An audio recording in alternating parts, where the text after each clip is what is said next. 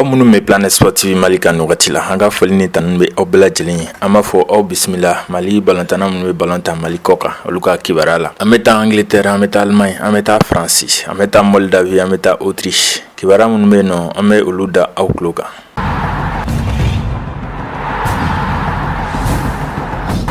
Bita an b'a daminɛ Angleterre, olu ta Premier League tile 33nan o sigila sen kan weekend tɛmɛnen. Okumu kɔnɔna la Brighton ale binna Sheffield United fɛ 1-0 samedi avril kalo tile 24 san 2021. O kɛla Premier League tile 33nan okumu kɔnɔna la. Yves Bissouma milieu international malien don, ale ye sanga 90 bɛɛ lajɛlen ta Brighton fanfɛla la.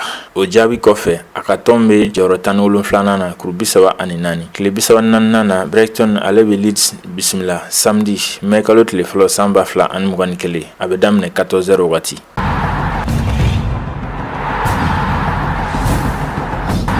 O tile 33nan kelen kɔnɔna la Southampton Musa Jɛnɛpo ka tɔn ale ni Leicester bɛ ɲɔgɔn sɔrɔ vendredi avril kalo tile 30 san 2021 a bɛ daminɛ 19h wagati. Ɲan'o cɛ Jɛnɛpo ka équipe bɛ jɔyɔrɔ 15nan na kuru 36 o de b'u bolo.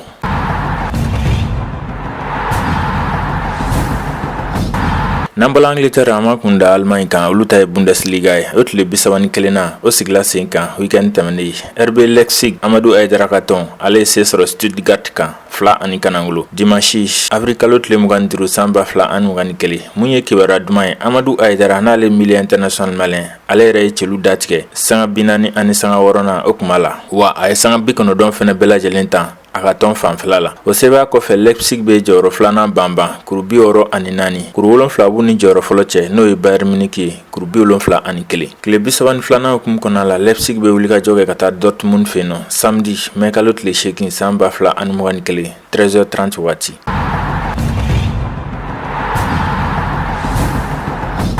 Ka to Allemagne mun ye Hoffenheim ye ale ye 2 kɛ Fribourg fɛ 1-1 samedi avril kalo tile 24 san 2021. Bundesliga tile 31nan hukumu kɔnɔna la. O la Jaje Samasegu milieu international malien don a ye sanga 90 bɛɛ lajɛlen tan Hoffenheim fanfɛla la. O 2 kɔfɛ Hoffenheim bɛ jɔyɔrɔ 11nan na kuru 36 u ka dɔbɔ ye duuru. Tile 32nan hukumu kɔnɔna la Jaje ka tɔn bɛ Schalke 04 bisimila samedi mai kalo tile 8 san 2021 13h30 wagati a bɛ daminɛ.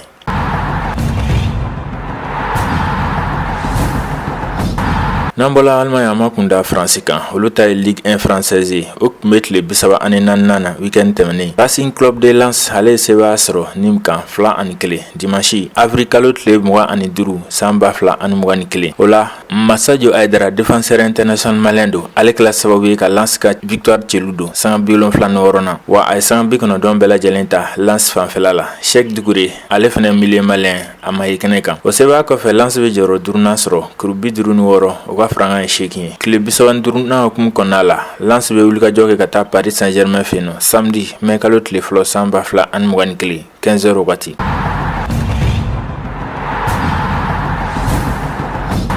O toga kelen na mun ye Strasbourg ye ale binna FC Nantes fɛ 1-2. O la Khalifa Koulibaly FC Nantes fanfɛla la a ye sanga 90 bɛɛ lajɛlen ta. Charles Traoré ale ma ye kɛnɛ ka da kan nin waati la a man kɛnɛ. O sɛbɛya kɔfɛ FC Nantes bɛ jɔyɔrɔ 18nan na kuru 31. U ka dɔbɔ ye 17 ye. Tile 35nan hukumu kɔnɔna la Brest ale bɛ Lens bisimila samedi mai kalo tile fɔlɔ san 2021 a bɛ daminɛ 15h wagati temps universel. Mun ye Strasbourg fanfɛla la Moïse Saïd Dion ale donna sanga 80nan o kuma la. Lucien Joly ale fana attaquant international malien ale ma ye kɛnɛ kan. O défaite kɔfɛ Strasbourg bɛ jɔyɔrɔ 15nan kuru 37 u ka dɔbɔ ye 16 ye. Tile 35nan hukumu kɔnɔna la Strasbourg bɛ wuli ka jɔ ka taa Marseille fɛ yen nɔ vendredi avril kalo tile 30 san 2021 a bɛ daminɛ 19h wagati.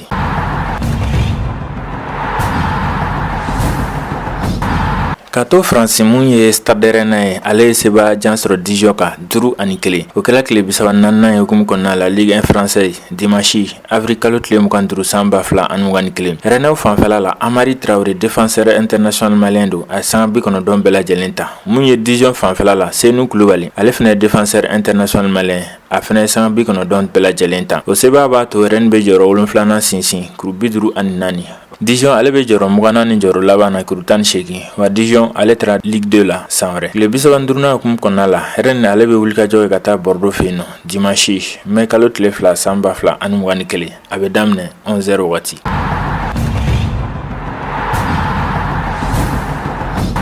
Angers ale bina Monaco fɛ 1-0 tile 34 kun kɔnɔna la. Lassana Coulibaly milieu international malien don a san 90 bɛɛ lajɛlen ta Angers fanfɛla la. O jaabi kɔfɛ a ka tɔn bɛ jɔyɔrɔ 12 na kuru 41 tile 35 na Lorient ale ni Angers bɛ ɲɔgɔn sɔrɔ dimanche mai kalo tile 2 san 2021 a bɛ daminɛ 13h wagati.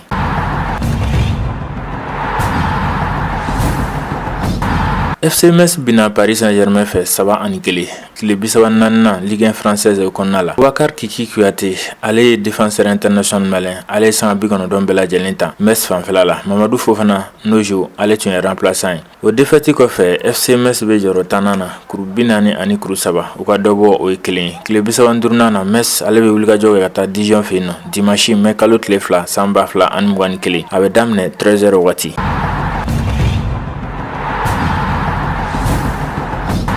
Reims bina Olympique de Marseille fɛ 1-3 El Bilal Touré ale kɛla titulaire nka a y'a jɔyɔrɔ bila san 64 na. Moussa Doumbia ale fɛnɛ élu international malien ale ma ye kɛnɛ kan. Jaabi kɔfɛ Reims bɛ jɔyɔrɔ 11 na kuru 41 u ka dɔ bɔ ye 2 ye tile 35 na nin bɛ Reims bisimila dimanche mai kalo tile 2 san 2021 a bɛ daminɛ 13h wagati.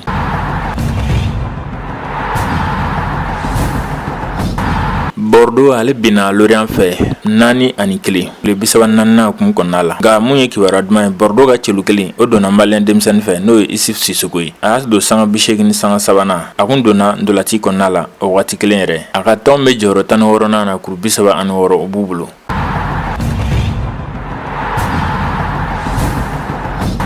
N'an bɔla Faransiyama kun da Portugal kan olu ka tile 28 ani tile 29 na o ndolantanw sigila sen kan dɔgɔkun in kɔnɔna yɛrɛ la. O la FC Porto ale se b'a sɔrɔ Victoria Guimaraes kan 1-0 o kɛra tile 28 kun kɔnɔna la mun sigila sen kan jeudi avril kalo tile 22 san 2021. Ndolantan in celu kelen donna maa min fɛ sa o de ye Moussa Mariga n'ale attaquant international malien a donna sanga 49 na. Mariga y'a jɔyɔrɔ bila sanga 76 na. Falaye Sako ale sanga 90 bɛɛ lajɛlen ta Victoria Guimaraes fanfɛla la.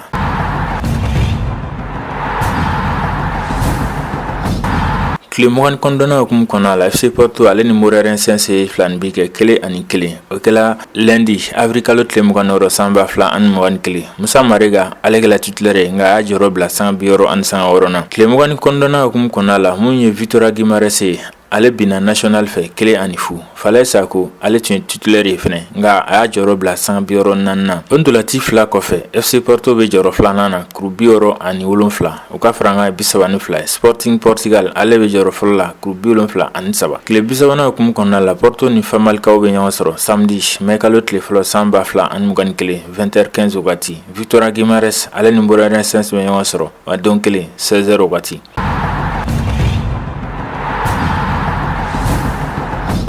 N'an taara Autriche a ma da maaw tulo kan mun ye RB Salzbourg kɔnɔna la Sekou Keita ani Mohamed Kamara u ye entraînement daminɛ u ka suspension ka d'a kan a tɔ ye tile damadama ye. A bɛ kalo 2 ani dɔɔni bɔ Sekou Keita ani Mohamed Kamara i b'a ka fɔ olu kun suspendra ka d'a kan u kun ye fura dɔ ta Mali ni Namibie ka balontan na o kosɔn a yirala k'a fɔ o fura in o tun man ka ta. I b'a ka fɔ suspension o y'u sɔrɔ o hukumu kɔnɔna la kalo 3 o kalo 3 o kan ka ban mai kalo in cɛmancɛ yɛrɛ la. Ɲan'o cɛ u ye entraînement daminɛ RB Salzbourg ma fanfɛla la ni dɔgɔkun yɛrɛ kɔnɔna la. O la Sekou Keita ni Mohamed Kamara u n'u tɔɲɔgɔnw ye ɲɔgɔn ye. Jaw la i yɛrɛ b'a dɔn k'a fɔ u kun nisɔndiyalen don entraînement in a daminɛ la. An bɛ Ala deli Ala kana ni ɲɔgɔnna wɛrɛ kɛ ka mɔgɔ si sɔrɔ.